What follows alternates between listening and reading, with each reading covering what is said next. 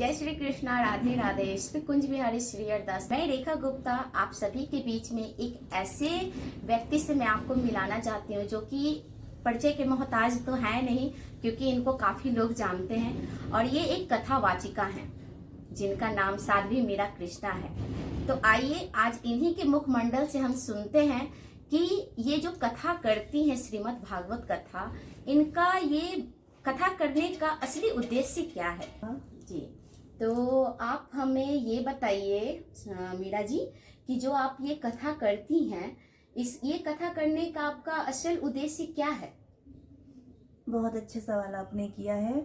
देखिए, आज के समय में, कलयुग के समय में क्या है कि माता पिता को कोई सम्मान नहीं देता है, जो कि आप भी जानते, हम भी जानते हैं। जी, कोई भी उनको रखना नहीं चाहता है। और आज के समय में जितने भी आश्रम बने हैं, इसी कारण बने हुए हैं। यदि बच्चे सब अपने माता पिता की सेवा करें तो इतने जो आश्रम आज हैं होते नहीं। पहले इतने आश्रम नहीं हुआ करते थे, पर आज के समय में आश्रम बहुत अधिक हैं, क्योंकि अब वो बात नहीं रही, क्योंकि कलयुग का दौर चल रहा है ना, इसीलिए। आजकल क्या होता है कि अपने जो बच्चे होते हैं, वो खुद के बच्चे होते हुए भी जो माता पिता होते हैं वो अनाथ हो जाते हैं, वो घर घर भटकते हुए फिरते हैं। तो ऐसा ही ये भाव रखती हैं अपने बुजुर्गों के प्रति अपने मन में कि उनके लिए कुछ ये व्यवस्था कर सके, उनके लिए रहने सहने का कुछ प्रारंभ कर सके। तो आप बताइए कि आप क्या सोचती हैं उन लोगों के बारे में। देखिए, मैं यही सोचती हूँ कि कथा के माध्यम से मैं उन लोगों की सेवा कर सकूं। एक समाज में जो एक निर्माण होता है ना किसी अच्छे कार्य का, और जो हर सनातन धर्म में जुड़े हुए जो भी लोग हैं, आप हैं, हम हैं, सभी को करना चाहिए। अपने माता पिता की सेवा देखिए प्रत्येक लोग करते हैं, मनुष्य करते हैं, परंतु आज के समय में बहुत कम हो गया है। यदि हम औरों को देखें तो आज आप देखते होंगे रोडों पर कितने माता पिता ऐसे भूखे प्यासे, बिल्कुल सही कहा। उनको कोई देखने वाला नहीं है, भोजन खिलाने वाला नहीं है। तो मैंने यही सोचा है मन में, और मेरे ठाकुर जी की भी यही आज्ञा है कि मैं उनके लिए कुछ करूं, और यही सोच कर ही मैंने श्रीमद् भागवत कथा को करना प्रारंभ किया है। जी, तो आप हमें ये बताइए मीरा जी कि आप ये जो भागवत कथा कर रही हैं, ये कितने सालों से आप कर रही हैं। जी देखिए, अध्ययन करते हुए मुझे कम से कम 20 वर्ष तो हो गए होंगे, क्योंकि इससे भी अधिक हो गए हो तो मुझे कुछ इतना याद नहीं है, क्योंकि काफ़ी समय से मैं श्रीमद् भागवत कथा के अध्ययन से जुड़ी हुई हूँ। और कुछ समय मुझे हो गया है, मतलब वर्षों हो ही गए हैं कि श्रीमद् भागवत करते हुए। और अब जो मैंने उद्देश्य बनाया वो यही बनाकर मैं आगे बढ़ी हूँ कि मैं उन माता पिता की सेवा कर सकूँ।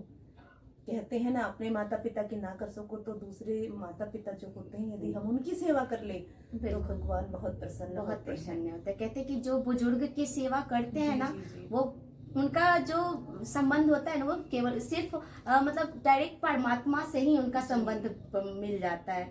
तो आपका भाव बहुत ही सुंदर है कि आप ऐसा विचार उन माता पिता के प्रति आप अपने मन में रखती हैं। तो सही कहा आपने कि कहते हैं कि जब कुछ भी आप मन में ठान लो तो वो करना मुश्किल नहीं होता है। वैसा ही विचार इनके मन में है। तो आप सभी भक्तजनों से मैं यही कहना चाहूंगी कि आप सब भी खूब कथा सुनिए। कहते हैं कि श्रीमद् भागवत कथा एक ऐसी कथा है जिसमें संपूर्ण जगत का कल्याण है, संपूर्ण जानकारी। जो कहते हैं ना कि एक बार अगर आप सुन लेते हो ना तो आपके जीवन का सारा कष्ट दूर हो जाता है। तो आप सब भी कथा सुनिए और इनको खूब सारा सपोर्ट कीजिए, क्योंकि इनका जो उद्देश्य है बहुत ही सुंदर है और बहुत ही भावुक है इनका उद्देश्य। तो जी, एक प्रश्न हम आपसे पूछना चाहते हैं कि ये जो आपका जो जर्नी रहा बहुत ही संघर्ष से भरा पूरा रहा, तो कैसे आपने ये सब जीवन को आपने यापन किया। कि देखिए, जब हम किसी चीज़ को त्याग देते हैं ना तो उसमें परेशानियां बहुत आती हैं, समाज भी उंगलियां उठाता है, जो कि खैर हम तो साधारण हैं। मीराबाई ने भी बहुत संघर्ष किया है। जब उन्होंने सोचा कि मुझे भी एक जोगी रूप बन के रहना, श्री कृष्ण जी की भक्त बन के रहना है, तो उन्होंने भी काफ़ी संघर्ष किया। और यदि उनका जीवन देखे और अपना देखे तो हम तो बहुत ही छोटे हैं उनसे। उनके चरणों की धूल है। धूल के समान ही समझ लीजिए। परंतु सत्य फिर कहा भी आपने। हमने जब सोचा कि हमें अब इन वस्त्रों को धारण करना है, तब हमने पीछे मुड़कर नहीं देखा। उंगलियां भी बहुत उठी, काफी लोगों ने अच्छा बुरा सब बोला, परंतु आज के समय में सब बदल चुका है। अब लोगों को हमारी आदत हो गई है, इन्हीं वस्त्रों की आदत जी। हो गई है। और कहते हैं कि आप तो इसी वस्त्र, इसी पीले वस्त्र में आप रहती हैं, तो ये तो संभव नहीं हो पाता होगा, क्योंकि आप इसी वस्त्र को धारण करती हैं और इसी वस्त्र में जहाँ भी जाती हैं यही वस्त्र रहता है आपका। तो बहुत सारे लोग प्रश्न भी उठाते होंगे। जी, उठाते थे।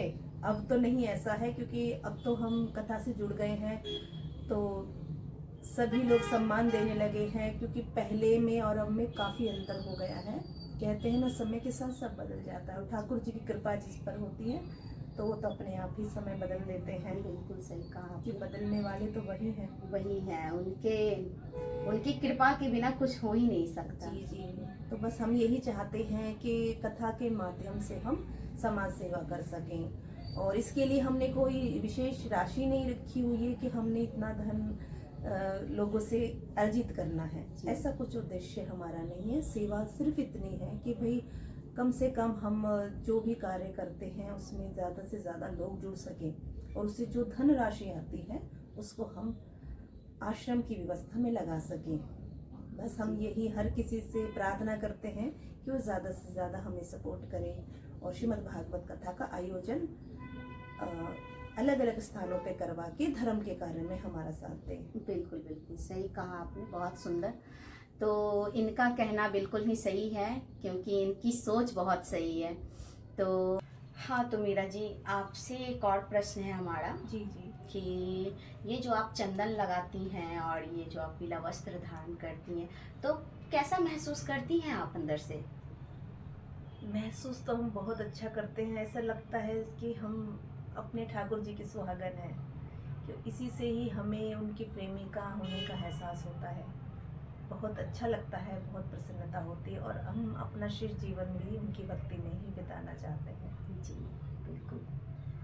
और कहते हैं कि जब श्री कृष्ण से प्रेम होती है ना, तो ये श्रृंगार, ये जो धारण किया है इन्होंने, बस यही यही चाहिए होता है असली भक्त को, और जो कि इनको मिल चुका है। ये सौभाग्य इनको मिल चुका है। और इनके जो सोच है ये बहुत ही सुंदर सोच है, क्योंकि हर किसी की बस की बात होती नहीं है। और मैंने भी खुद सुना है इनकी कथा, और बहुत ही सुंदर अद्भुत इनकी कथा होती है, भागवत कथा। तो आप सब भी सुनिए और आनंद उठाइए श्रीमद् भागवत कथा की। और जो लोग भी भागवत करवाना चाहते हैं वो इनसे संपर्क कर सकते हैं, और जिनको भी कथा करवाना हो आप करवाइए और इस कथा का आनंद उठाइए। और कैसा लगा आज का वीडियो हमारा, हम दोनों के बीच का जो वार्तालाप है वो आप सभी को कैसा लगा? अगर दिल को छू गया हो तो वीडियो को लाइक करिएगा। अगर कोई कमेंट भी करना हो तो कमेंट भी करिएगा। यदि आप चाहते हैं कि हम दोबारा से इनकी वीडियो बनाएं, इनसे कुछ और भी जानने की कोशिश करें, क्योंकि ये कृष्ण भक्त है, और इनसे अगर हम जितना भी प्रश्न पूछे, जितना भी हम इनके जीवन के बारे में जाने, उतना ही वो कम होगा। यदि आप चाहते हैं कि हम इनसे कुछ और जानकारियाँ लें तो आप कमेंट बॉक्स में लिखिएगा, हम दोबारा से इनसे बात करेंगे। तो आज की वीडियो को हम यहीं पे विराम देते हैं। जय श्री कृष्णा, राधे राधे।